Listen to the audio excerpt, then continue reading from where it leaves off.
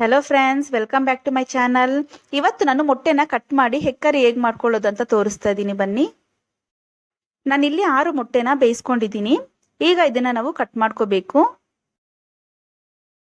ಮೊಟ್ಟೆನ ಚಿಕ್ಕ ಚಿಕ್ಕದಾಗಿ ಕಟ್ ಮಾಡ್ಕೋಬೇಕು. ಈ ಹೆಕ್ಕರಿ ಚಪಾತಿಗೆ, ಪೂರಿಗೆ ಮತ್ತೆ ದೋಸೆಗೆ ಎಲ್ಲ ತುಂಬಾ ಚೆನ್ನಾಗಿರುತ್ತೆ. ಒಂದ್ಸಲ ಟ್ರೈ ಮಾಡಿ ನೋಡಿ. ಇದೇ ರೀತಿ ಎಲ್ಲ ಮೊಟ್ಟೆಗಳನ್ನ ಕಟ್ ಮಾಡ್ಕೊಂಡಿದ್ದೀನಿ.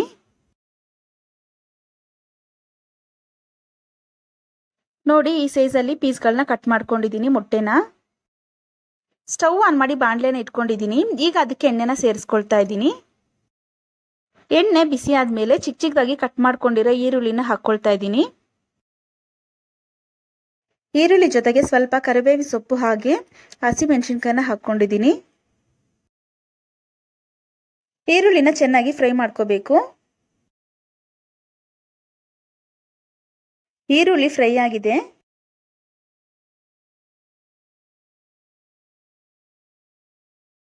ಈರುಳ್ಳಿ ಫ್ರೈ ಆದಮೇಲೆ ಶುಂಠಿ ಬೆಳ್ಳುಳ್ಳಿ ಪೇಸ್ಟ್ನ ಅರ್ಧ ಸ್ಪೂನ್ ಅಷ್ಟು ಹಾಕ್ಕೊಂಡಿದ್ದೀನಿ.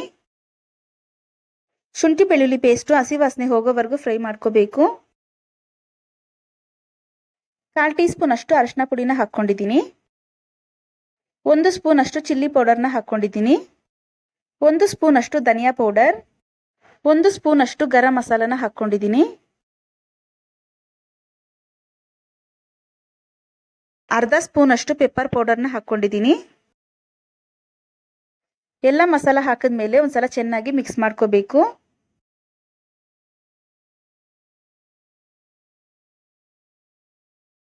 ಟೊಮೆಟೊನ ಹಾಕ್ಕೊಳ್ತಾ ಇದ್ದೀನಿ. ನಾನಿಲ್ಲಿ 4 ಟೊಮೆಟೊನ ಚಿಕ್ಕ ಚಿಕ್ಕದಾಗಿ ಕಟ್ ಮಾಡಿ ಹಾಕ್ಕೊಂಡಿದ್ದೀನಿ. ಟೊಮೆಟೊ ಹಾಕಿದ್ಮೇಲೆ ಚೆನ್ನಾಗಿ ಒಂದ್ಸಲ ಮಿಕ್ಸ್ ಮಾಡ್ಕೊಳ್ಳಿ. ರುಚಿಗೆ ತಕ್ಕಷ್ಟು ಉಪ್ಪನ್ನ ಹಾಕ್ಕೊಳ್ತಾ ಇದ್ದೀನಿ. ಉಪ್ಪು ಹಾಕಿದ್ಮೇಲೆ ಒಂದ್ಸಲ ಮಿಕ್ಸ್ ಮಾಡ್ಕೊಳ್ಳಿ.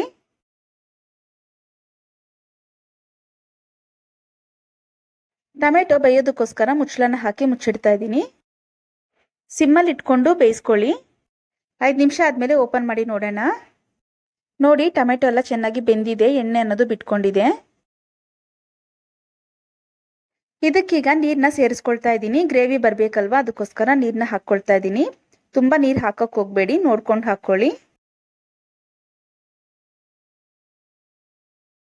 ನೀರು ಹಾಕ್ಕೊಂಡು ಮಿಕ್ಸ್ ಮಾಡ್ಕೊಳ್ತಾ ಇದ್ದೀನಿ. ಇದನ್ನ ಚೆನ್ನಾಗಿ ಕುದಿಸ್ಕೋಬೇಕು.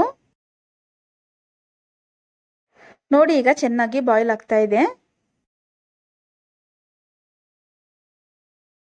ಚೆನ್ನಾಗಿ ಕುದಿಸ್ಕೊಂಡಿದ್ಮೇಲೆ ಚಿಕ್ಕ ಚಿಕ್ಕದಾಗಿ ಕಟ್ ಮಾಡ್ಕೊಂಡಿದ್ನಲ್ಲ ಮೊಟ್ಟೆ, ಆ ಮೊಟ್ಟೆಗಳನ್ನ ಹಾಕ್ಕೊಳ್ತಾ ಇದ್ದೀನಿ.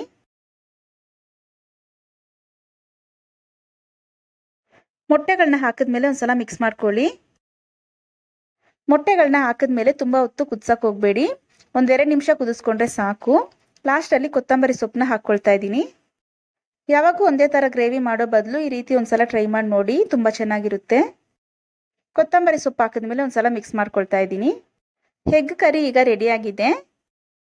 ಈ ವಿಡಿಯೋ ನಿಮ್ಗೆ ಏನಾದರೂ ಇಷ್ಟ ಆಗಿದ್ರೆ ಲೈಕ್ ಮಾಡಿ, ಶೇರ್ ಮಾಡಿ ಮತ್ತು ಕಮೆಂಟ್ ಮಾಡಿ. ಹಾಗೆ ನಮ್ಮ MD ಕಿಚನ್ ಚಾನಲ್ನ ಸಬ್ಸ್ಕ್ರೈಬ್ ಮಾಡ್ಕೊಳ್ಳಿ. ಮರಿದೀರ ಪಕ್ಕದಲ್ಲಿರೋ ಬೆಲ್ ಐಕನ್ನ ಕ್ಲಿಕ್ ಮಾಡಿ. Thank you.